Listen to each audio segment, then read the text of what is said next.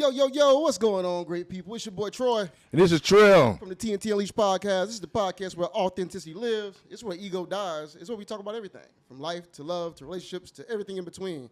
They might laugh, they might cry, but we hope they leave what? Unleashed. Trell, what up, brother? What's the business? Hey, man. I'm excited, bro. I'm excited, too. I'm extremely excited. I got 3 reasons I'm excited. Tell me all three. I got to know. Number one is the season finale of season 3. Today. Season finale. For that, shout out to season 3. If you ain't listened to all the episodes, go back and listen to them. That's number one. Mm-hmm. Number two, we got a guest. Oh. We got a guest. Not just any old guest. We got a big dog guest. Big dog. We got a big dog guest today. We got a big dog. I'm going to introduce him in a second, but y'all see it. Y'all see it, right? Number 3, let me tell you why. We officially got cue cards, bro. Y'all see this? Hey, man, this means we coming up in the world. You know what I mean? Y'all done seen the journey. Y'all been there with us. Y'all seen us when we ain't have nothing going on. What's happening? We officially got cue cards. So without further ado, let me introduce our guest today, my brother, Mr. Anthony D. Brice. What's happening, bro? Man? What's happening? Oh, good? Yeah, we good, man. Thank you for blessing the show with your presence, man. But let me tell the people a little bit about you. Appreciate you. And then we're going to get into the meat of this thing.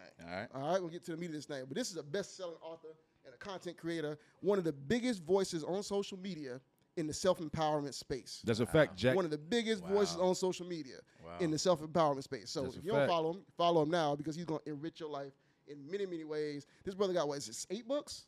Yes. 8 books. Yeah. And just wrote another one. And we're going to get into that book a little bit later and tell y'all about The Man You're Called to Be, which has blessed us on the TNT Unleashed podcast. And it's going to bless a lot of people out there. So we're going to get into that. We're going to talk about it.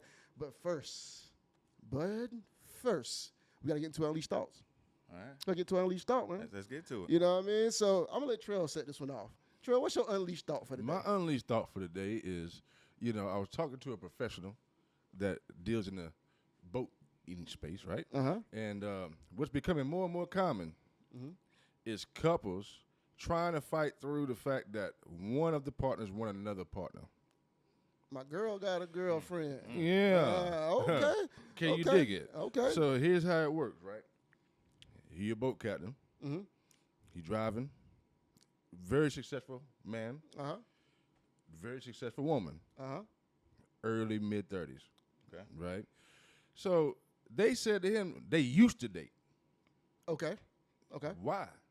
Uh-huh. Tell you why. Because when he was ready to get serious, what she was saying was, I really want to be with you forever, but I also want to stroke other women too. We could do it together or we could do it separate. And he turned it down. What's your thoughts on that? He did what? Turn it down. They're just friends now. they besties now? Yeah, they're just homies. He turned down the proposition? Just turn it down. That's an unleashed thought, because I would not have unleashed that. You know what I'm saying? That opportunity. I'm happily married now.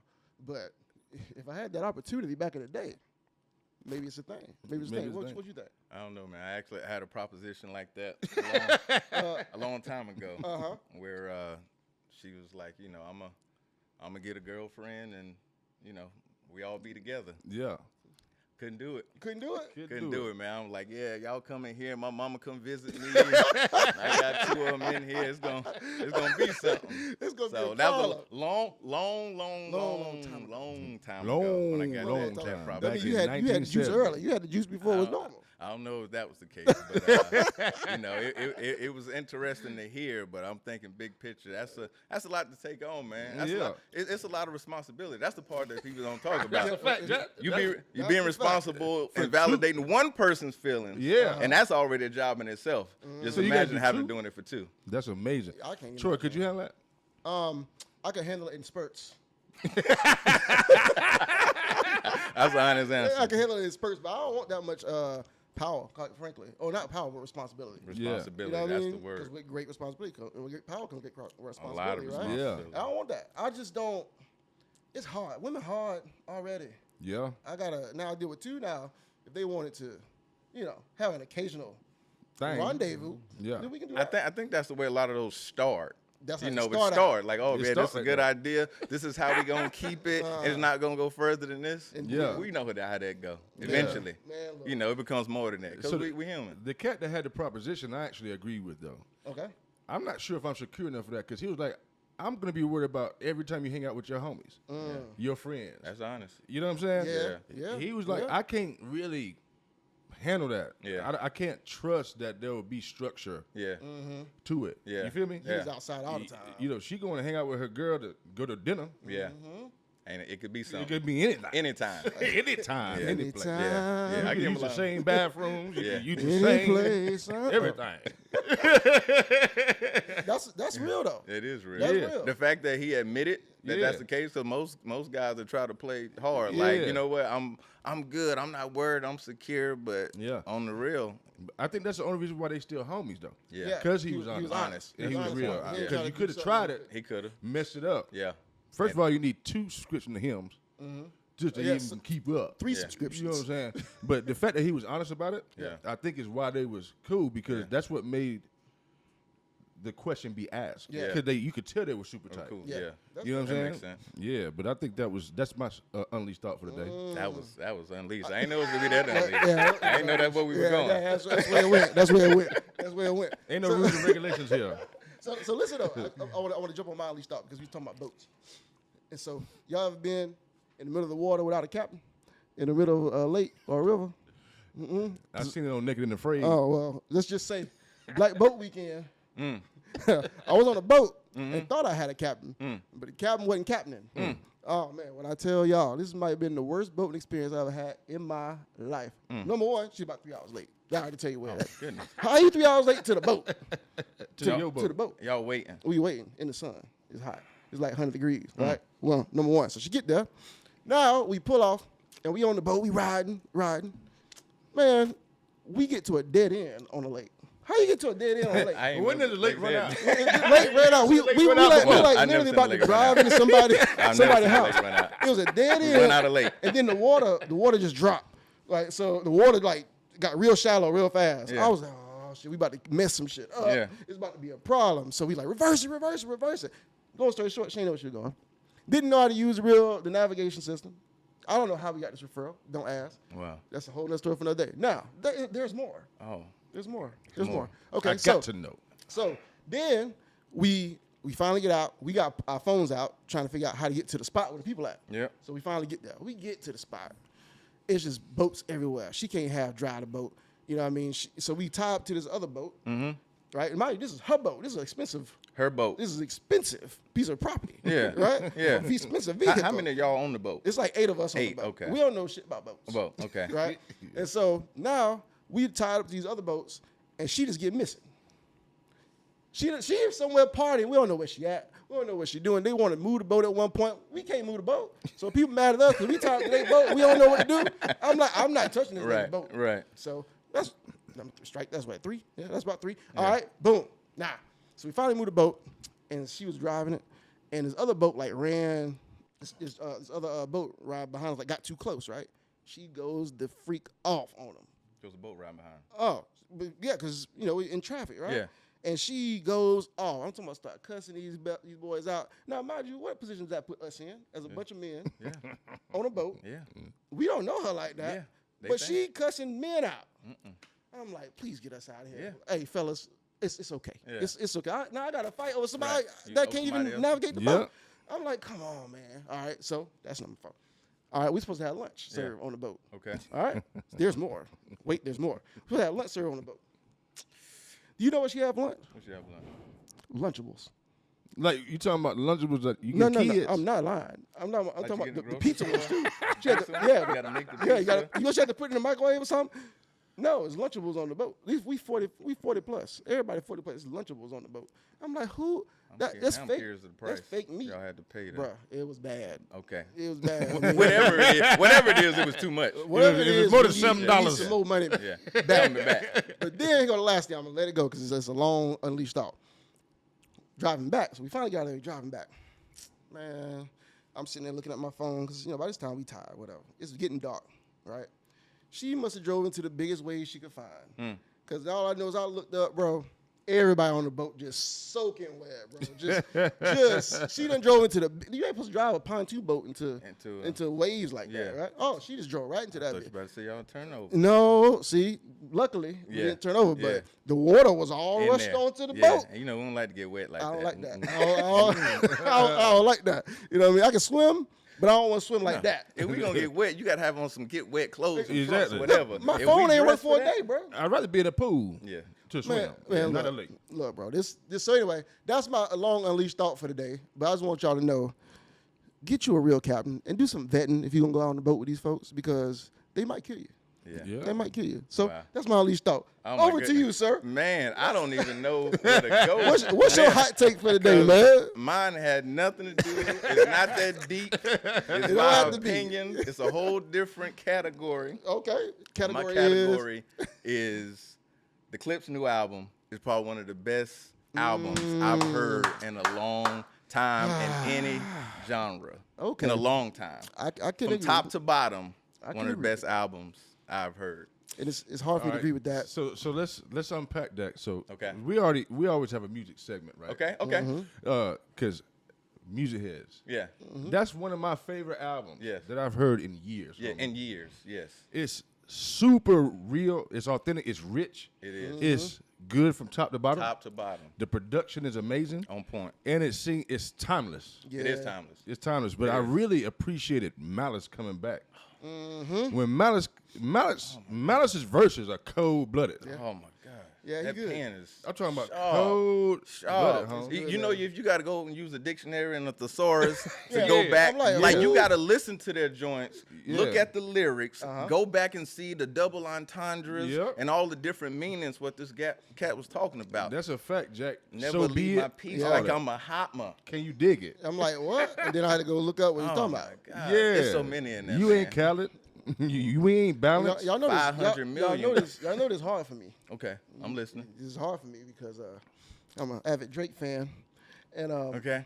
and you know, Ain't nobody got time for and that I ain't got truck. time for them to be We beating talking on about my Clip. boy like this. Okay. You know what I'm saying? Like, not only did he get whooped up on by Kendrick, then his other nemesis come out with one of the best albums of the year. I'm like, Drake, you just keep getting whooped. Like, we need to take you to boxing class, Drake. Hey, You know what I mean? that album's a masterpiece. It is. It is. It's a legitimate. Pharrell did this thing. It did. I'm talking about they sitting there flowing on like Middle Eastern beats. Yeah. That's blended into hip hop. Yeah. You know what I mean? Dope, man. It's super dope. It's dope. Yeah, man. You know, back in the day, we used to listen to an album. It was like reading a book.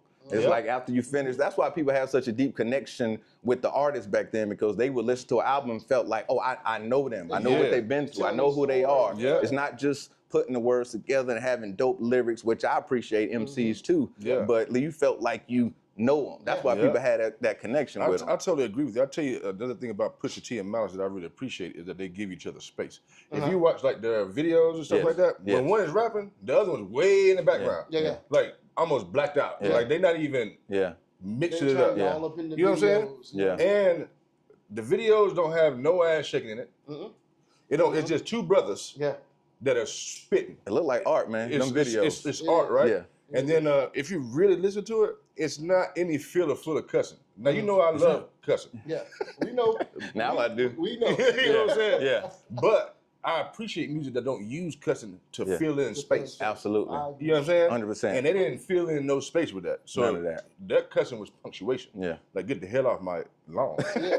You ain't got to say 5 cuss Right. words. Just get the hell on. Right. That's You a know good what I'm point. saying? That's a good I point. thought it was super dope. I'm with y'all. I Yeah, can't even fight. I know. It's hard to fight that one. Yeah, you can't fight the Clips yeah. album. You're right. Yeah, I was in the I ain't gonna give a hot take. I was in the barbershop the other day and had to, but I was ready because I was waiting for this album before it came out. Yeah. I bought the autograph vinyl and everything. So I'm on it. I love hip hop. Now, I can't listen to the first track unless I'm in the mood, though. It's hard, man. I can't listen to that. I skip it too. I listened to I it saw on that the way track up too. here, and I skipped it. It's gonna put you in your feelings. It's too much. Yeah, so it's just a talking lot. about their parents. Yeah, Oh, parents yeah, passed. yeah. It's called Birds Don't Sing. So Yeah. Pusha T, he's flowing about his mom. Yeah, Malice flowing about the dad. yeah, Okay. You know, I need to listen yeah, to it. I haven't but- listened to that one. yeah. It did. and there's death involved and all that, Yeah. but it's just It's heavy. it's too cold. It's Like, I heavy. have to listen to that before I go to bed or something, or like halfway You're through right. You the day. say you got to be in your energy already. Got to be Yeah, high because yeah. the parents passed like 4 months ahead. Like the mom passed Then dad really? passed 4 months later. I remember hearing Yeah. a story like did the big brother walk in and find. I don't know the specifics as far as how we find them, but I know they passed 4 months, 4 months apart. That's so, rough right there. Yeah. No, that's a dope man. start because It is. I'm definitely gonna be texting you about music from now on. Yeah, hit me up. I send all my homies Oh man, music nonstop. Homie. I'm on it. And criticism over all that. I'm on Let's it. move into some rapid fire. Anthony, I'm gonna ask you a few quick questions. Okay. They fast. Okay. Let us know what it is. I do my best. But it's not invasive. Okay. You ready? Yeah. Favorite movie? The Last Dragon. Okay. Favorite R&B group or artist? Artist? Donnell Jones. Okay. What do you listen to when you're angry? Pop. All right. Pet peeve, number 1. Pet peeve. Mine is white sauce on the corner of your mouth when they eat ranch. Like when I see people eat chicken wings and put ranch and ranch in the corner of their mouth, that's one of mine. Bullies. Bullies. Oh, that's another good one. All right, guilty pleasure. Ask this question. I don't know if I have a guilty pleasure. All right. I can't. Yeah. You just don't feel guilty. Yeah, he's got a lot of pleasures. A lot of pleasure, He's got no a lot of guilt. pleasures. It is pleasure, no guilt. All right, I got it. Lyrics versus vibe in music. Lyrics. Okay. Inner peace versus outer achievement. What's Inner- most inner peace. Inner peace. All right. Troy. Favorite movie? Loving basketball. All right. Pet peeve. When people stand up on the airplane when it land and they can't go no goddamn well. In row 30. Boy, I'll be so mad. I'll be like, sit your ass That's a down. good one. That's a Sit your good ass one. down. Now you don't get all the questions. Okay, just tell But me I'm what's gonna give you one more. Okay. Guilty pleasure. Guilty pleasure. Chicken wings with ranch, just not with the sauce. Just long as you wipe your mouth. Yeah, exactly. Chicken wings is As my long as guilty you wipe pleasure. your damn mouth. That's all I care about. Yep. All right. So let's move into GT. No, you don't get to escape it. What? Nah. Okay, You well, don't, what's you your don't, question? you don't get to escape this. Let me look What? at look at my cue cards. Guys, y'all see those? See my cue cards? All right, pet peeve. Ranch on the side of people's mouth. Oh, you white said sauces. that. You said that. You I got, don't like no white Give him sauces. another one. you gotta give them another. Okay. All right. Let me think. Favorite R&B group artist? Jodeci. Jodeci. Come and talk to Inner Peace. Ooh, man. Inner Peace versus Outer Achievement. Inner peace all day. All day. All day. All day. Every day. Okay. Last one. LeBron versus MJ. I think that's a stupid ass conversation. Nah. What is it? I think it's a stupid. LeBron versus MJ. Can't do it. Why you can't? Can't do it. Man, I grew Why up you on MJ. I don't like the conversation. You don't like conversation? I don't like it because it's two greats, man. Okay. I grew up on MJ, but LeBron is great. And Okay. if they haven't played each other, it's hard for me to pair them up. Hey, LeBron versus MJ. I'm MJ, but I get the argument. I'm with him. I grew up on him. Okay. You know. Okay. But I'm still a LeBron fan All too. right. So. All right. Well, it's all good. It's I all good. definitely I respect. That was a good little segment right there though. Yeah. That white sauce tripped me out. Hey, I forgot to you know I don't fool with no white sauce. That white sauce I never tripped me out. tasted ranch. I never tasted sour cream. I never tasted potato salad, macaroni salad. Anything white sauce based, I've never tasted. Wow. And if I see that in the corner of your mouth, It's over. you better wipe that shit. You need to grow up. He just got up and left the table. I don't know what happened. he need to grow up, man. Hey, tell me about The Last Dragon. What you like about Oh my gosh, that's like 85, and that joint came out, man. And I mean, still to this day, I watch it every day for my birthday. Show enough. Probably about 12, 13, 14, 15 years going, man. When I was a kid, man, what that joint represented was being able to look inside yourself and know that there's more to you no matter what you go through, that, you know, you can overcome it and you can become your own master. Yeah. You know what I'm saying? So, I mean, of course, you know, kung fu flicks or karate flicks back then wasn't many that looked like us. Nah, Yeah. You know what I'm saying? It wasn't. Especially in the city. You know, a this fact. joint happened in New York. Yeah. So to really be able to see us Yep. in there as well, I think it was one of the first movies that, you know, that it was soundtrack based. So Facts. they really put a lot into the soundtrack. Okay. Yeah. So the music and just the overall story, man. Now, It's a dope story. I tell you, I love that movie too. That's Yeah. in my top 10 for sure. Okay. Show enough. Yeah. But that's the first time I saw like a battle type movie where the main character was hyper peaceful. Yeah. Not a badass. Yeah. You know what I'm That's saying? good. Yeah. Like, you watch like movies and they're badass. Yeah. Leroy was chilling. He wasn't trying to do Yeah. nothing. Leroy was chilling. Yeah. And I think that added to the movie, man, because more people can relate to that Yeah. than, the 80s, 90s movies where everybody they were big and they can do all these different moves. And they, like you said, they were the baddest. And, so I think it made it even more relatable because he was like that. Just a regular guy trying to find his way. It was self-realization, really. That's what it was. So at the end of the movie, all he did was realize himself. Yeah. That's all that He happened. realized that everything he was looking for was already Was inside already of him. inside. Yeah. That's So super when he dope. caught that bullet, Yeah. and we Catching Shonuff bullet was with his putting teeth? his head in the water. Yeah, Yeah. I remember that. And then he started doing that Bruce Lee. Hey, it's like it clicked.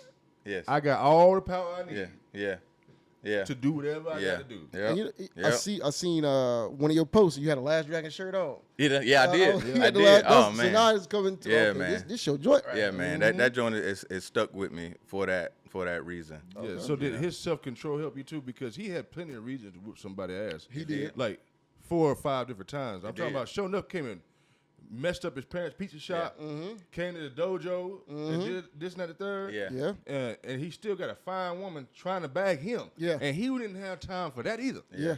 He was trying to figure out himself. Yeah. Man. Yeah. You know what I'm saying? Yeah, I definitely think it did. Now, I don't think I would have been as calm as he was in a lot of those situations. Nah, I wouldn't have either. maybe this version of me. Somebody The can heel ask version? me. The heel The version. heel version. The version who know who they are. Yeah. But watching it, I was like, I would have. You wanted to fight the screen. Yeah, I would have been in it. But that's a good point, though. So I think that my heel version is more inclined to feel no guilt off of whooping that ass. Yeah. I feel like it was actually non-healing that made him not.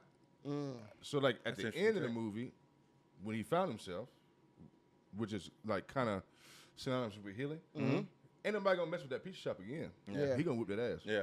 Yeah. That's I a mean, fact. like you said, it reminds you sometimes you're gonna have to fight for what you believe. Yeah. Like That's a sometimes fact, you want to man. fall back and let stuff happen and you think people are just gonna do the right thing. Like you said, I think it shows us that sometimes you have to fight for what you believe in. Yeah. Facts. He also at Facts. the end had some vulnerability. At the end of the Last Dragon, his lady, the music cuts off. And he's like, "Can you teach me some moves?" But he was not ashamed to do it or to say it. Yeah. And that's half the reason why. I don't even think he didn't even have a concept of that of cool and what not to say and how to Yeah. behave in certain circles. Uh-huh. That's not him. He was a loner. Yep. So to him, he was just saying it. Everybody else looked at him like, oh, it was the cornball. Yeah. But you know what I'm saying? Yep. But he was just being himself. Vulnerability and authenticity. I gotta go watch. I gotta go watch it again now. Have to, man. Because Oh, yeah. now all the stuff coming back to Yeah. me. Now that y'all saying, I I would ain't like watched that that. movie in so long. I gotta watched check that it 2 out. weeks ago. Oh, yeah? I'm gonna be showing up for Halloween. That's a good gotta outfit. see that picture. I'm gonna wear some shoulder pads That- and Jerry curl. I gotta see that picture. That's a good outfit now. That's a good outfit. You got to grow your hair out a little bit. Yeah. Hey, we're gonna hold you to that one. Yeah. All right. We're gonna hold you wait to for that that. one. That's all good. No, that's good. That's good stuff, man. So thank you for sharing your rapid fire answers with us. No We're problem. gonna get to another little segment. Uh-oh. It's one of our favorites. I ain't It's like our the way most your popular. face look when you It's said our that. most popular segment right now on our show. Okay. And it's called Fair or Foul. Okay. All right. So what we're gonna do is in this fair or foul segment, we're gonna do 2 of them. Right. There's 2 questions. We want you to say, is it fair or foul and why? You want to ask him first? No. No. Why you want to come with me, cuz? Nope. I know you gonna keep it a buck. That's a fact, Jack. Hold on. Let me- I was used to showing off my cars. That's all. It's, Okay. This ain't spades, homie. All right. We want to show my cars off. All right. So I'm gonna ask the audience, but it's directed at you. Okay. All right. So audience, fair or foul? Is it fair or foul if your mate asks you to share your location with them and you say no? Is that fair? Is that foul? Now, are we talking about is it fair for the person to say no or for the person to ask? No, is it fair for you to say no? I think it's fair. Okay, why? Why I can tell you. I don't have to show you location because if that's the case, you're like, I want to track everywhere you're going, maybe because I don't believe you. I want it without a shadow of a doubt. Uh-huh. But if you ask me, I can tell you. Okay. So let's do it that way. Yeah. So that's part of the communication thing, And trust. and trust. And trust. Yes. Yeah. Okay, all right. What you think? No, it's all equated to trust for me. If you need that, you don't trust me. That's the part though. Period. That's a fact, Jack. Like it's real simple. You ain't getting it. Yeah. And it's not because I have anything to hide. Yeah. It's because I don't enjoy not being trusted. Yeah. I don't feel good not being trusted. I'm not going to accommodate that. Yeah. No. I think it's just the core. Why? Yeah. Why Why do are need you it? asking? That's how you're going to get to the nitty gritty of what's really going on. That's a fact. Why do you want to know that? Yeah. No. Then you start really uncovering the real. That Because the insecurity. real isn't, I want to know your location and you won't share it with me. Yeah. It's why you feel like you My- need you know, my question is, what did people do before locations was available? Talk. They had conversations and trust each other. What First about of all, when why no would I do cell that? phone? When there's no cell phones. Facts. Yeah, well, you think back in our day. It wasn't. Yeah, you we know, were you on had the those cord cell- phone. Yeah. If you ain't home, you ain't home. That's it. There's only one reason I can think of to be asked about location, right? Safety. That doesn't equate to trust. That's if I'm going like camping in the middle of the woods. That's what I'm saying. Exactly. Safety Safety, thing. yeah. Yeah. Like if I'm by myself in the woods, Yes. yep, Yep. I'll send it. I'll send it. But if I'm Yeah. just living my life as Yeah. a human, Yeah. I'm Yeah. with it. Yeah. And when I get back, I'm turning it off. Yeah. So yeah, yeah. so Yeah. I might That's share it with you, temporary. Yeah, it's- but it's a temporary thing. Yeah, I'm it's not definitely a doing it. safety thing. Like with my wife, when she travels for work, you know, she's in the Uber or the Lyft. Yep. And she's let me know, okay, I'm here, and you can follow the drive, especially these days. Yeah, yeah. Yeah. You know what I'm You saying? never So know what that's- happened. That's a safety thing. Yeah, So yeah. I get that. So now I'll long- do it with the Uber too. Yeah. Right. Yep. Yeah. You can share the But ride. but You know, you can yeah, share the ride. that's Yeah, right. yeah. And then you cut it off so you get where you're going. Right. Otherwise, it's trust. Yeah. What about you, Troy? I'm with y'all. You ain't gonna get no different answer from me. Yeah. Because the answer is no. Yeah. The answer is no, and it might be hell no, depending on how you ask me for Oh, yeah. it. But That's a nah, fact, Jack. I just don't. I don't enjoy that feeling. I don't want to be. First of all, if I'm already married, you already got all my bank account stuff. We own everything together. I need some space to just be without you. You know what I mean? Yeah. I gotta share everything. No, I need space. Nah, Yeah. sorry. That's fair. This is no. Because that individualistic part of relationships is critical Facts. for happiness. Like I'm still an individual, bringing my individual self to your individual self, Yep. so that we can mash it together Yeah. and make something happen. Look, Yeah. I already have a problem surprising my wife because everything I do come out the damn bank account. So every time I try to surprise her with something, it's like, oh, it's popping on her screen. Yeah, Look what okay. Troy Yeah, just bought. I see it. I It's gotta go coming. call somebody else to buy it. You know what I mean? Yeah. Just so it don't pop up. I can't go to the Amazon account Yeah. because That's the it's name. her Prime account. Always. And now you want me to share my location? Yeah. Man, get out of here. What's the second fair foul you got for us All today? right, so we got one more fair foul. We're gonna get into this masterpiece right here. We're gonna get into this masterpiece. Masterpiece. All right, so the second fair foul. All right, audience. And you can go first this time, Trell. No, I'll go last because I was going to You- piss me off. you- So is it fair or foul? All right, fair or foul. If a parent splits custody 50-50 with their ex or whoever their parent is or whatever it is, if they split custody 50-50, is it fair or foul for the other parent to call themselves a single parent? All right, y'all get what I'm saying here? Yeah. Is it fair or foul to call yourself or label yourself a single parent if you split custody 50-50 with the ex? That's a good one. Mm-hmm. And the ex is doing what they're supposed to do. That means it's 50-50. just 50. 50-50. Are you labeled a single parent? Mm-hmm. How do you even define like a single parent like these days? That's the question. question. Yeah. Because most people say I'm doing it by myself. That tends to be like the attitude in the situation. Yep. When people say I'm a single parent, you know, Yep. or you could say, okay, I'm not married. Mm-hmm. You know, parent that's single. I'm not actively with that person. Yeah. Yeah. You know what I'm saying? So I don't know. It's a tough one. tough one. It depends on how, because people define and think their own way these days. So Well, for me, this shit easy. what it is? They don't understand mathematics. Okay. It's 50. 50. 50. Yeah. That means you're not a single parent. Yeah. That means you have somebody that has a child 50% of the time. Yeah. Now, in a conventional marriage or situation, right, it's still usually 50-50. Because you could be at work, Yep. child's with mom. You could be out kicking it.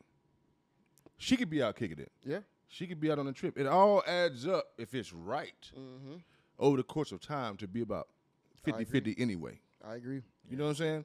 So if you're separate and both people are doing their jobs, you don't understand arithmetic. Yeah. You don't call yourself no single Fact parent. check. Yeah. That's a good one. You can Fact kiss check. my I ass think, on I think that. most people, they still use it, though. They still say I- it. They it- still call they themselves still single. call But That- it's that's why. I think it's a. I'm sorry to interrupt. No, go ahead. No. I think it's a natural devaluation of the partner. Agreed. I That's think- my point. That's what I I'm think saying. I think that phrase should be saved for people who don't have good partners have in no the same help. situation. Yeah. You feel me? Yep. So that means, you know, you go through life, you could get divorced or you could separate or whatever, right? And if the other person doesn't do their job, and you have to worry about your child's safety with the other parent, or you have to worry about the circumstances of things, that might make it a bit more conducive. Yeah. Yep. You know, to the definition. But if both parents are handling their business, it's offensive to the other partner, in my opinion. You are a co-parent. A 50-50 split custody or whatever the arrangement is. If you're a co-parent and both people are doing what they're supposed to be doing, this is what I don't like about it. Okay.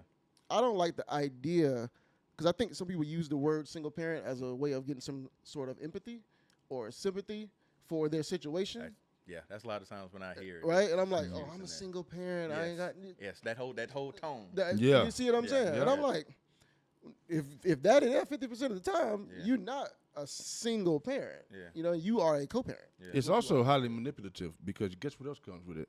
50% of money, 50% of the bills, 50% of child care, 50% of summer camp. Yeah, exactly. 50% of school supplies, 50% of everything. You're not alone. Exactly. The only space you're alone is in the intimate space with me. That's it. That's a good point. So basically saying to normalize saying co-parent. Exactly. It's got to be Instead of single parent. co-parent. Because that makes if that makes the other parent look bad immediately. Because you can Immediately. earn the right to be a co-parent. Yeah. That's respect for a parent, even if you don't like their ass. Yeah.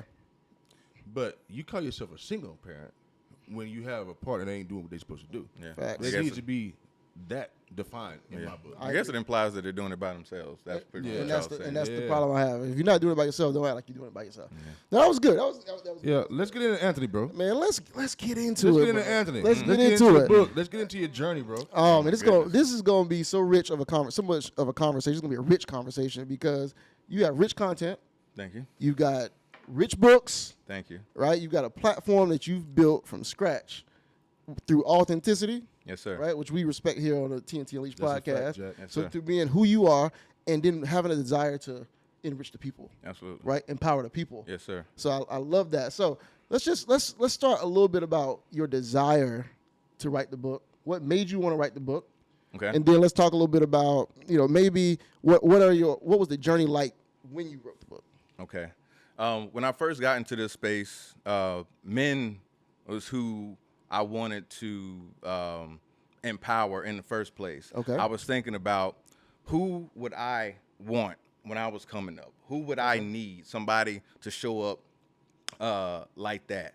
You know, what young, like even all the different stages of me growing up and coming up, the kind of man, the kind of advice, the kind of example, you know, that I would need. So me getting into the space and empowering men was why I got into it in the first place. Yeah. But if you read my first book, Pour Me to Soul Rich, it didn't work out like that at first because when I came out and I was talking to the brothers, I wasn't getting any feedback. You know what I'm saying? Nobody was Nobody was responding. talking. I mean, social media was a little different then, but at the same time, I wasn't getting any feedback. So, you know, but the women were the ones who were responding They would. to the content. Yeah. So a lot of my content tend to revolve around their journey and it's a human journey, but things that they resonated with more. You know, they tend to be apt to want to talk about healing and their feelings and a want to change and grow. Yeah. So when it came to the men, this is more so of a recent development as far as, okay, the brothers are ready. Yeah. And, you know, it's already, you know, it's a lot of talk now about men's mental health and things like that. But I did a post about 1.5 years ago, and that post ended up doing 5 million plus views. And I remember that post. and it wasn't about the views itself. It was data to let me know if you look in the comments of all the brothers that wouldn't normally say anything, even if they like it, they wouldn't say, "Oh, I needed this. This is something that I'm going through. I feel seen. I feel validated. I feel like I matter beyond all of the other stereotypes." And that told me it's time. It's time. It's time. It It's is time. Yeah. It was time. It was time. It was time to write it. So that's what started the journey, and it also, you know, was proof of concept that this is something that's not only needed, this is something that, you know, from a commerce standpoint, they see enough value in to want to, you know, to purchase. Man, that's super dope, man. You said brothers are ready. Yeah. That's how this whole podcast started. Yeah.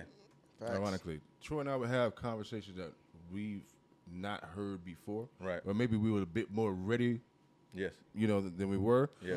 But I absolutely love that. Yes. You know what I mean? Because I think we are ready, but Yeah. we have to support each other because nobody else is doing it anyway. Facts. Amen. So we could either adopt a victim mentality. Yes, sir. We can adopt a victim mentality and just say this is all the reason why and try to Yes. justify bad behavior. Yes. Or we can choose to grow and evolve and come together. Right. That's it. And I love your content for that Appreciate major you. region for Yeah, sure. and that's the core, man, that you're not in it alone. Yeah. You're not going through it by yourself. Yeah. You know, and that tends to be the case when you're in pain, you're in crisis, you're in survival. You feel like I'm the only one that's going through it like this. And I promise you, I got thousands and thousands of comments and thousands of messages from people and men all over the world to say that you're not the only one going through it. So do you That's have good. like what's your fuel look like? You're constantly delivering. Yes, sir. You're delivering to us. Yes, sir. You're sharing yourself with us. You're expending energy on us. Yes, sir. How you feel yourself back up? It's mainly the people. Well, let me say this. Number one, my why, my family, my wife, my boys. That's what fuels me. When I look out and I see them and I see them happy and I see me being an example to show them what's possible, that's my number one fuel. Okay. Purpose. If you read the introduction of the book, it talks about the vision that I had when I was 8 years old that put me on this path. And number three, the people that send me the messages and the emails that talk about how much of an impact that it's had on their lives. Like you don't have no idea what is going on behind these profiles and things that people are dealing with in real time. I mean, people will be in real time going through some of what they feel like some of the worst times in their lives, and they reach out to a stranger and feel like this is somebody who understands or will at least give me a space to be able to express it, whether I respond to it or not. Right. Man, you know, right now, a lot of our circle is in midlife, Yeah.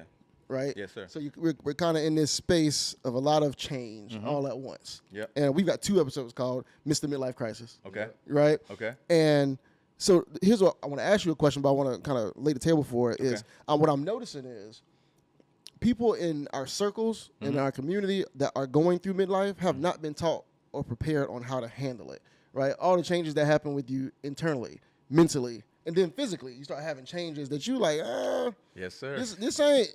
This, They didn't this tell ain't me what, about this. They ain't tell me about this part.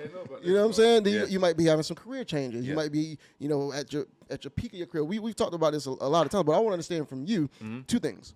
Number one, what's changed for you in midlife, right? As you've gotten a little bit older, and then secondly, what would you say to a brother that's going through a lot of these changes in midlife? What's changed for me, and I think it kind of relates to my content and how I show up now, is that, like, that's it. Like, I want to be consistent. I'm talking about about myself, and I'm talking about the people that I serve. Yeah. And I just want to show up, man, to show up the people kind of where they are. Okay. You know, especially being an entrepreneur and being like a full-time entrepreneur, it's easy to put a level of pressure where you're always thinking about the future, what I got to do next, what I got to get, and I got to make this stuff happen. But to really be present and to keep showing up, man. Yeah. Like, because sometimes that's all you can do. Yeah. Sometimes you just don't have it. Yeah. Like being human, sometimes I don't have it. But I just keep showing up anyway. And I think that's the part that people respect about what I do. It's like, man, no matter what, this cat keeps showing up. Yeah. I can go turn on and watch hours and hours and hours of this cat showing up. Yeah, I can count on, a post or 2 or 3, a day. And they don't look at it as posts. They look at it as fuel, as food, something that's feeding their soul and their spirit and helping them get through the day. I've got messages women say, man, this helped me get through my divorce. This helped me get through this situation. So it's amazing to see people who've been riding with me for so long who were just in and pain, and now I see them having families and getting married, and having kids, and starting businesses, and having their career. Man, that's what means the most to me. That's super dope, I man. love it. I love it. Super dope. That's a good segue. Just real quick, one thing that's important to TNT Unleashed podcast is just fatherhood. Yeah, It's an immediate connector. yeah, It's something that we can always discuss. yes, sir. Like, how has fatherhood changed you? So Troy and I ask everybody this, right? We talk about it a lot because that's one of the most critical phases of life, Yes, right? sir. So it's got to be ongoing. So my answer last week might be different from this week. Yeah. But how has it changed you? Man, like in every way. It shows you who you are. It shows you who you're not. All the places that you can grow. Every level of your life, every stage from boy to manhood, it reminds you to all those different versions of you. You see yourself and your sons. You see yourself like, man, when I went through this, or I did this, or I made this mistake. So you try to be even more understanding to what they're dealing with and what they're going through. And as if you read in the book, you hear about my relationship with my father, which I didn't even really have one. Mine was incarcerated pretty much most of my life. So I talked about that and the connection and disconnection when it comes to how that impacted me. And it's the women that raised me, because this could have went so many different ways. Yeah. And it's people that ask now, like, man, how did you, without having any of that, without seeing any example? I didn't grow up and see any examples of that, like in the household, for me to be as thoughtful when it comes to being a father. Sometimes when you have a absent father like that, it can impact you in different ways. It can make you be more like that and have a similar experience, or create a similar experience for your kids. Or you like, when I become a dad, I'm not going to do it. I'm going to do the exact opposite. Yeah. So that, you can be motivated by that as well. And I'm sure that stuff definitely, played a part. But once I got to the point where I forgave my father, so I wasn't doing it from that toxic, painful place. I even, like, shortly after he got out that last time, like, he was at my wedding. You know what I'm saying? And that was more about me than it was about him. Yeah. Just a moment to say, like, I forgive him for that, and that was for me. And for my family and for my boys. So not to carry that and put that on them. Oh man, It's almost like a showing of power. Yeah. facts. Like, I'm strong enough for you to be here. Yeah. Is what it sounds like. Go ahead, Troy. No, I was just gonna say I want to sit in that moment for a second, because I guarantee you there's a bunch of people watching this Yeah. who are having that battle right Yeah. now of forgiveness, Yes. right? Should they forgive their parent or their spouse or whoever it might be? So I just want to sit in that moment and ask you, what does forgiveness like really feel like though for you? Right? I know what it looked like because you showed up. What was that journey of feeling? Like, what did that feel like for you? It was freeing, man. I mean, because you carry that stuff consciously, subconsciously, the energy of it, just the gaps and the voids that you had when you were growing up, and you seeing examples and seeing all the places where they weren't and didn't show up. So being able to let that stuff go, and just from that point being able to just be free of those thoughts and those feelings. Now, don't get me wrong. Now, this is the important part too, is that it's okay for you to still feel some kind of way. Like, I'll watch a TV show or a movie, and I'm like, man, the relationship that the son or the daughter had with their father, and they still around, and they having these conversations, and they giving them their flowers for all the things that they did, and just having that connection. Yeah, you have moments where you're like, man, that would have been cool. Yeah. That would have been cool. Yeah. And I mean, it's so many people from where I came from, where most didn't have. It was an anomaly for the one to actually have, or especially grow up in the house. You know what I'm saying? And I think the conversation needs to move towards that. That it's been so normalize that, okay, he's absent. Yeah. Especially black fathers. Yeah. Oh, he's absent. So it's been so normalized that, you know, coming up, we didn't think so much about it. It's like, oh man, my dad not here. He's in jail and this and that. normal, So it's like, oh, just get past it. You good. You know what I'm saying? Like, because we seen so many other ones going through it like that. So who am I to make more out of it? Yeah. But we have to normalize it. It's okay. It's okay that you felt that way. It's okay to still have those moments as a man where it's like, man, that would have been cool to be able to have those moments. So I'm going to get off track just for a second. I think that's a perfect segue to one of my favorite quotes that I've heard you say. Okay. Triggers are teachers. Yeah. Yeah. Triggers are teachers. Yes, sir. That's a fresh view Yeah. of what triggers are and, you know, kind of how to deal with them. So what is your perspective on how men can handle triggers? Because I just feel like you're already in the space talking about it. You know what I'm saying? Like when you see the show, that's a trigger, right? Yeah. It could teach you. Yeah. Or it could trigger you, right? Yeah. Or I think about masculine versus feminine energy. Like when I had my daughter, I had to tap into feminine energy. And it made me a more powerful man. Sure. You know what I mean? But for you, your quote, triggers or teachers, expound on that a little bit more as it relates. I think it's about first acknowledging that this thing made you feel a certain kind of way, because we're, of course, conditioned and taught not to act like this thing is not impacting me. You know, so first you have to acknowledge that it has an impact and be self-aware of what's going on inside for you to say, how is this thing making me feel? Because that's what gives you power over it. But when you try to distract yourself, when you try to ignore it, when you try to act like it doesn't exist, when you try to just, you know, that's when you become more reactive.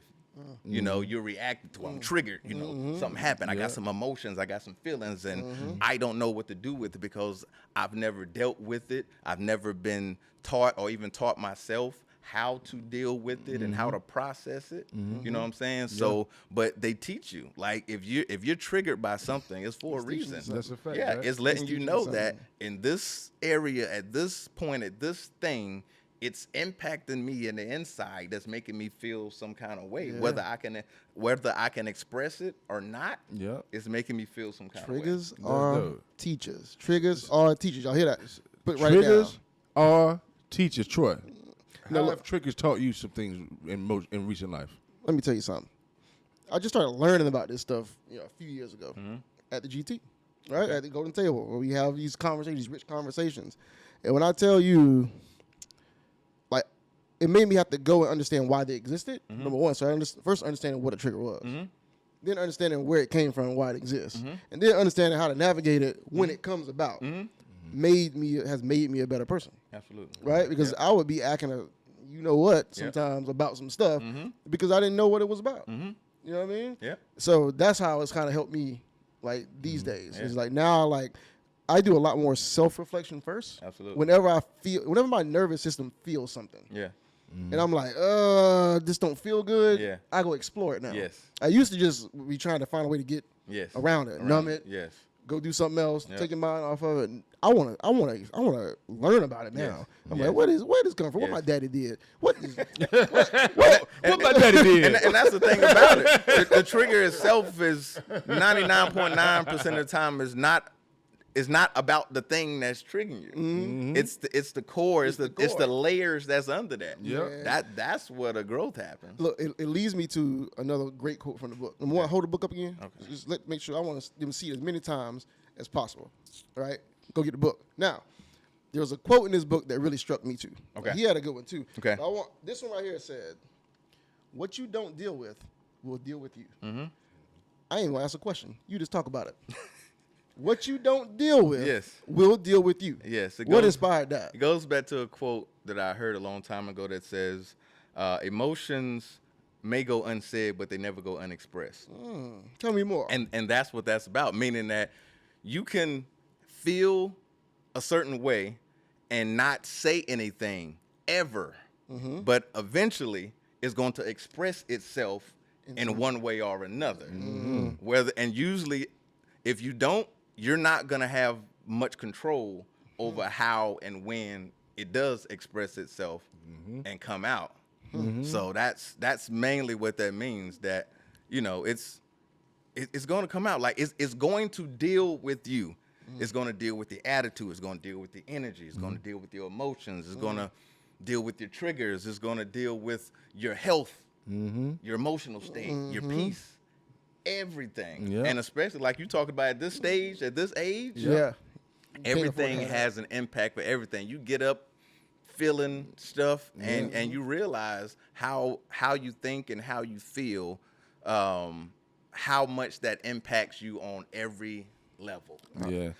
When I read that quote, I thought about the previous generation of man. Right? Okay. So even a successful man born in the 60s, oftentimes their pain is their driver.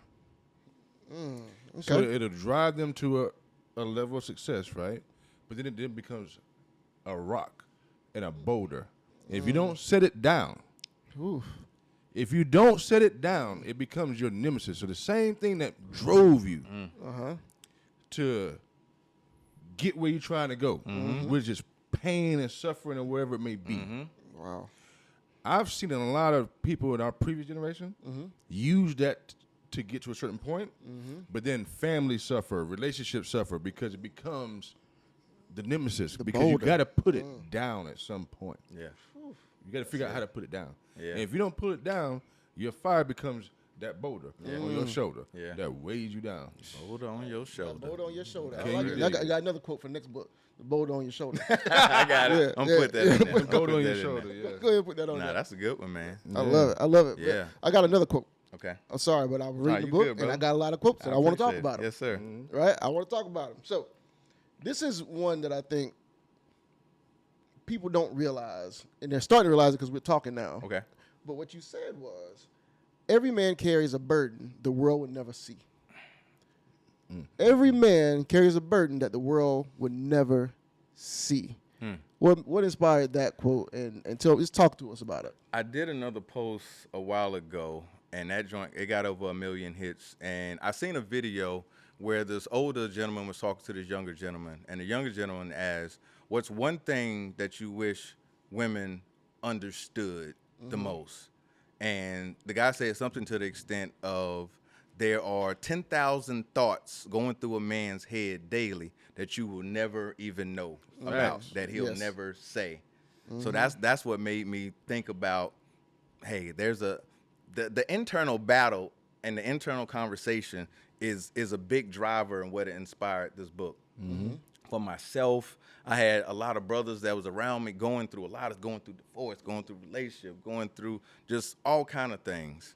And so that was that internal dialogue that you can't turn off, those conversations in your head that they may never know about, that you never express, because you'll go off and you have it in your head because you're trying to figure it out and process it. And once you come back and process it, then you feel like, okay, I can express some of this, because you feel like that's part of your job. Hey, I got to go and I'm going to figure this out, and I'm not going to let this other stuff distract me. I'm not going to and it's not even a lot of times distraction, because it's things that you probably need to deal with that you're ignoring. You know what I'm saying? So that's going to make you to really be able to sit still and to acknowledge the thing that's going on inside of you. And this just acknowledges, man. It acknowledges that those are the thoughts. And that's the voice that I use in there. It's like, I'm with you. Like, we having a conversation. Like, I know you woke up with all this on you. I know you looking up at the ceiling. You sitting in the car. And you like, man, am I doing enough? Am I making enough? Do I have enough? Am I enough for her? Am I enough for me? And that's a big question that a lot of us struggle with. That's super Us dope. being enough, because the rhetoric and the talk we is never know. us about all of the things and all of the levels and all of the reasons why we're not enough. And it's sadly, I want ladies to hear that too, that there's a lot, and I appreciate the ones who empower and try to uplift. And yes, we all have areas of growth, and I'm always open to the conversation to get clear and to get better understanding of that. But that part is mad important for them to understand. Yeah, you know, as men right now, we represent pain to pretty much the whole entire world. The whole world. As a black man. In one way, shape, or form, we might remind a woman who loves me of their daddy who wasn't right or wasn't there. Yeah. Or we just represent so many things. I don't think people understand the pace of our brains. Like, not only do we think about 10,000 things, but that happens nonstop. Yep. It doesn't stop. No. Like, as soon as you wake up. The only time that our brains, well, my brain stops, so let me not speak for anybody else, is if I'm with a very safe homie or by myself. And, like, otherwise, it just goes and goes and goes. That's just part of the plight, right? So that's why we have to heal so that we can handle what's already going to happen anyway. Yeah. Yes. I don't think we can eliminate that. Yeah. And I'll be honest, I definitely struggle with that because I don't think my brain ever turns off. Like, I've been suffering from insomnia for years for that reason, with the busy brain and, like, you know, like I said, especially being an entrepreneur, like, it's different than you have a 9-to-5 job. Exactly. You go to your gig, you know, you know, as long as you're there, you guarantee the check and this and that. But I know what it's like to not have nothing coming in. And what I do now determines how my family does, how I do, how bills getting paid and stuff like that. And that's a lot of pressure, you know, being a man and you trying to do what you feel like you need to do. That's a fact. Troy, I'm going to ask you this. Yeah. I feel like we're fear-driven so much so that it creates that cycle, right? Yeah. Not fear like Freddy Krueger fear, right? But it's just right. It's just wrong. It's just, am I growing enough? Am I doing enough? It's like such a fear-based thought process. What are your thoughts on how to eliminate that fear? And I'd like to know about what your thoughts are too, Anthony. Eliminating fear. I don't know if I can eliminate fear. I think I can just navigate it better. You know what I mean? Like, elimination, I think there's that the thought is always there. I think it needs to be okay for it to be there. Like, I'm scared, right? In this situation, I'm scared, or like this is coming up, I'm afraid. But now what? Yeah. So what I try to focus on is the now what. Yeah. Right? How am I going to navigate it now? Now that I got to get up in front of these people and do this stuff, and I'm scared about it. Yeah. Okay, so now what? Now what? You see what I mean? So that's how the only way I can think about navigating it is first acknowledging it. I think the downside is when you don't acknowledge it. Yeah. Right? Because then it can dominate how you move. Yeah. But if I acknowledge it, I own it. Yeah. Right? That's a fact. And you now can do what? something about it. You see what I mean? So that's how I think about So it. let me tell you something, Anthony, real quick. Troy has been beating in my brain for 5 years straight. The same concept that you speak about in your book, that's execution over perfection. This man has been trying to get me to stop overanalyzing and stop trying to be a perfectionist for so long. When I read that part, I thought immediately Troy. about Troy Leach. Yeah. He preaches that. Yeah. What is your thought on how did that help you when you got to that place of execution over perfection? Yeah. Perfection is it's not real. It's not real. Yeah. It's no such thing. Yeah. It can't be on perfection. That's why I didn't do it. That's why I didn't put it out. You know, the biggest thing that had the biggest impact on my life, my business, like I said before, is just to keep showing up.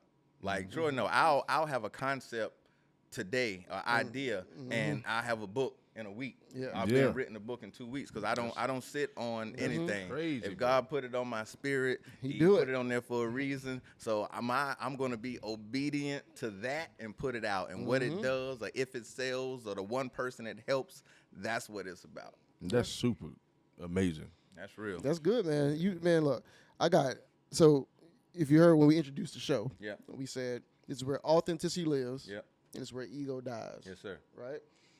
So one of the questions we ask a lot of our guests, well, pretty much all our guests, is what does authenticity mean to you? What does it represent? What does it mean to you? It means just being your whole self, man. Okay. But that takes the self-work first, because that's the problem. A lot of people don't know who they are. They don't know what they want. They don't know what they don't want. So you got to get clear about those things, and that takes looking in the mirror, and the mirror can be scary. It can be scary. A lot of things that you don't want to face, that you rather distract yourself, that you would rather medicate yourself, you would rather ignore. But those are things you're going to have to face first before you can start moving forward. That's the only way. Authenticity. That's the hard baby. part, man. So just being your whole self, man. Like I said, know thyself. Know thyself. And that's a everyday journey. It is. It is. It don't stop. You can't like, okay, I know who I am. Oh, I know who I am. I'm this, I'm that. Then you get that trigger. Especially at this stage in the game, man, because a lot of people don't want to change at this stage. Yeah. I am who I am at this stage. Think about the people, especially like some of the generation or two above us, where it's like, that's just how she is. Yeah. That's just how he is. Like that justifies them being rude or having an attitude or talking to you in a kind of way. Just because that's just how they are. You know, that doesn't justify that. Like we all from 1 to 120, you know, Just respect growth, each other. Yeah. apologize, respect. You know what I'm saying? So all that stuff is old regardless. Oh man, this is good, man. Yeah. This has been a really good, empowering episode so far. I got one more quote. Sure. Because I can't let you get away without this quote. Okay. This was probably my favorite quote Okay. in the book. Okay. Right? Because we talk a lot here about vulnerability. Yep. Facts. Right? So the quote says, vulnerability doesn't drive people away. It builds bridges. I'm going to say that again. Vulnerability doesn't drive people away. It builds bridges. Man, look. Yeah. Because we spent so much time getting to that space of being okay with being vulnerable. Yep. Tell me more about that quote. I want you to tell me what you think it means. Ooh, okay. The church's money. Let's do it then. I got Let's to do know. it. Yeah. So here's what I think. Okay. What I think is when you talk about building bridges, I think if you're vulnerable with people, then they can see the authentic version of who you are, right? And that makes them feel closer to you, Yep. which means they share, Yep. which builds bridges, Yep. right? Yeah. But it also makes people, this is what I took it to believe is, it gives people an invitation to see you. Yeah. That's good. That's what Good. I took it to see. I was like, Yeah. that's a good quote right there. It made me think. It made me stop. Yeah. I was like, Yeah. that's good stuff right there. That's hard because people, especially for us, especially for men, it's hard because, a lot of cats feel like once they do, and how that's received or not received will determine when and if we ever do that Do it again. It's some cats that'll do it in a space that wasn't safe, and they never, or for a long time, do it again. It may not Never even do be it with that again. same person. They may like, you know what? The first time I did that, the last time I did that, they didn't listen. They made it about them. It wasn't received. So I'm shutting back up. I'm going back and doing what I used to do. That's why it's so important that once a person, especially a man, once he does that, once he opens up and gives you permission to see who they really are, it's so important. That can determine so much, not only with that person personally, but the relationship and connection that you have with that person, how you react in that moment. So make sure that you are keeping them safe in that moment, whether it's something that you agree with, whether it's something that you understand. Make sure that you listen and receive it first. Listen to understand. Y'all hear that? And not to respond. That's a fact, man. I gotta follow up because he put me on the spot, so I'm gonna put him back on it. Okay. Hot seat. Let's go. Trell Unleash. I'm too cold-blooded for a hot Trell seat. Unleash. Hot Can seat. you dig it? No, I really wanted to tap onto that question. Okay. So for you, right, and if you're talking to the people out there, what is the fear of vulnerability? What's the fear in vulnerability, and what's the freedom in it? I right now, at this stage, view vulnerability as like mining for gold. Okay. If you watch people mine for gold, you go into a cave. Yeah. You have a container with holes in it. And you get sediment, and you shake it out. Okay. Yep. And then gold is left over. That means you're going to lose something. You're going to gain something. So through my journey of being a vulnerable person, I've lost everything I was supposed to lose. Okay. And gain gold. The How entire about like that. I'm a testament to that. That means as much as I like to cuss, I'm a very spiritual person, as you know. Absolutely. Right? Absolutely. So I have been on a journey where if I'm very deliberate about becoming more vulnerable, I already expect to lose some things. Yeah. And the stuff that's gonna gain ain't gonna show up right now. I just know it's gonna be there. Yeah. And that's the goal. That's what's up. So let's spend some time getting into your book, bro. Before we close out, tell us everything the people need to know about your book. That's a lot. I mean, I think that the questions that you hit on, the quotes that you hit on, really captures that. There's a lot of brothers that are in a space, sometimes a dark space, a lost space, confusing space. And this is to help to bridge that gap between where they are and the man who they're called to be. And it's a personal journey. You know, that's why, you know, a lot of us don't tend to read as much as women. So, and that's what statistics say. That's why it's formatted like a devotional. One thing a day. One thing a day, and you got an action challenge today, because I don't want to just talk to you. I want to help to walk with you to get to a place to actually get some growth. So there's an action challenge or something for you to do at the end of each day. So one page a day for 100 days. And I'll say this about this book. All the other books that I wrote always say that, man, it can make an impact on people's lives. This is the first book that I've written that I felt like it can change somebody's life. Oh man. Yeah. This is a solid piece of work right here. Appreciate it, bro. It is. I appreciate it, man. It is. People need to go get it. Where can they get it? You can.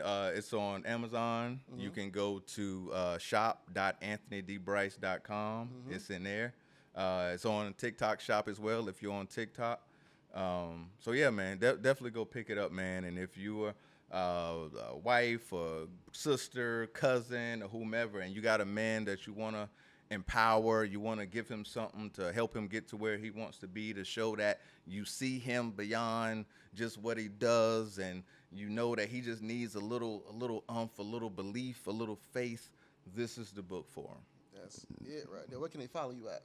They can follow me on all platforms at Anthony D. Brice. Anthony D. Brice. Brother, this has been good. We appreciate you joining us, man. It's an honor, give man. me some. It's an honor, and man. we appreciate you joining us.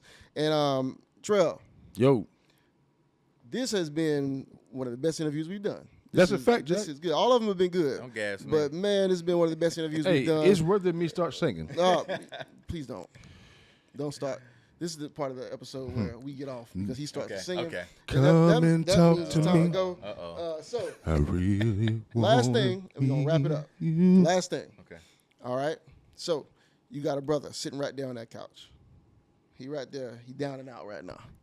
Right? He down and out. He trying to figure his life out. He don't know where to turn. He don't know what to do. He don't know what to do next. Right? I want you to spend 15 seconds and just encourage that brother right now like you do so well. Brother, I just want to let you know that you're not by yourself. You're not going through this alone. There's a brotherhood of other brothers just like you who want the best for you, who see the best in you, that values you beyond what you can provide, what you can do, that you have the power to define yourself. And people like myself and Troy and Trell are here to support you. You're not going through it by yourself. We're here for you. You got it. You got it. We here for you, brother. Well done. Well done, man. Well done. Any parting words for you, Trell, before we close it out?